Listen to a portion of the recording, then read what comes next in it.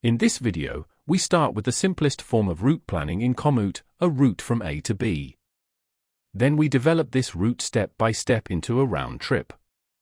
On the Komoot homepage, I move my mouse over the New button at the top. The menu opens immediately, and I select Plan New Route. This takes me into the route planner. First, I check the sport type on the left and make sure that hiking is selected. Then I clean up the map, because it is often cluttered.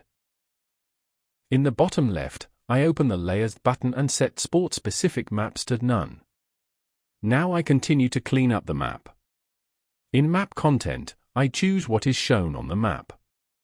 I turn off Trail View Images, Saved Places, and Highlights. This makes the map much clearer. I want to take the Brocken Railway up to the summit and then hike back to Skierk. For this, a simple route from A to B is enough. I click into the starting point field, type in Brocken, and select the first matching result. Then I click into the destination field, enter Parkhausen Winterbergte, and select the correct result here as well.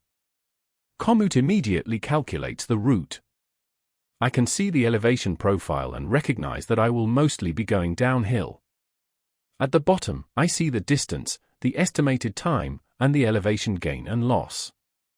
This already gives me a good first overview of the tour. If you want to save these exact steps as a simple checklist, you can download it for free. You will find the link directly below the video. This is the simplest form of route planning in Komoot. You go from one point to another and instantly get a complete route. In the next step, I will show you how to get much more out of it. I am not saving this route yet. I will show you how to save it properly and what to watch out for in a moment. I want to keep working with it first. In this example, I do not want to take the Brocken Railway to the top. Instead, I want to hike up to the summit myself and then return. For that, I do not need a route from A to B, but a round trip. Now Parkhausen Winterbergte has become my starting point. I reverse the route by going to Waypoints and clicking on Reverse Waypoint Order. Now I start at Parkhausen Winterbergte and walk towards the Brocken. In the next step, I change the route into a round trip. To do that, I click on Round Trip below the waypoints. Komoot then automatically creates a round trip. In this case, however, it uses the same path for both directions. This is not very appealing, so I adjust the route by adding a new waypoint to influence the routing. I place it on the Grensweg near Bodesprang. The route now goes to that point, but then returns along the same path. This means I am still walking the same section twice, which is not what I want. I use the waypoint to influence the routing, so I move it to force the route onto a different path. I click on it, hold down the left mouse button, and drag it onto the Oberkönigsberger Weg. As soon as I move it far enough, you can see how the route preview automatically recalculates and adjusts. Once the route follows the path I want, I release the point and Komoot updates the route accordingly. When I look at the elevation profile, I notice that the climb via Ekerlockstieg is quite short and therefore very steep, while the descent is much longer and less steep. I prefer longer climbs with less steep sections and would rather take a shorter, steeper descent. To achieve that, I need to change the direction of the route. If you remember the first part, we already did this once. I go to the waypoint section in the top left. Next to the heading, you will find the icon for changing direction with the two arrows. When I click on it, Komoot does not change the starting point of the round trip, but only its direction.